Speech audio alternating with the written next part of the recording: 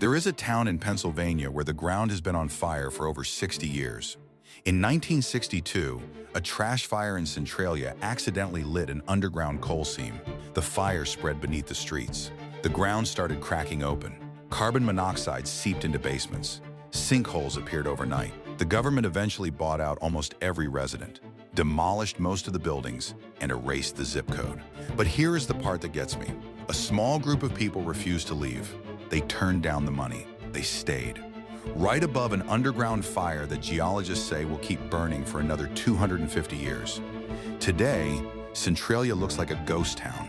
Empty lots where houses used to stand. A road so cracked and buckled it was closed to traffic. Steam rising up through the pavement on cold mornings.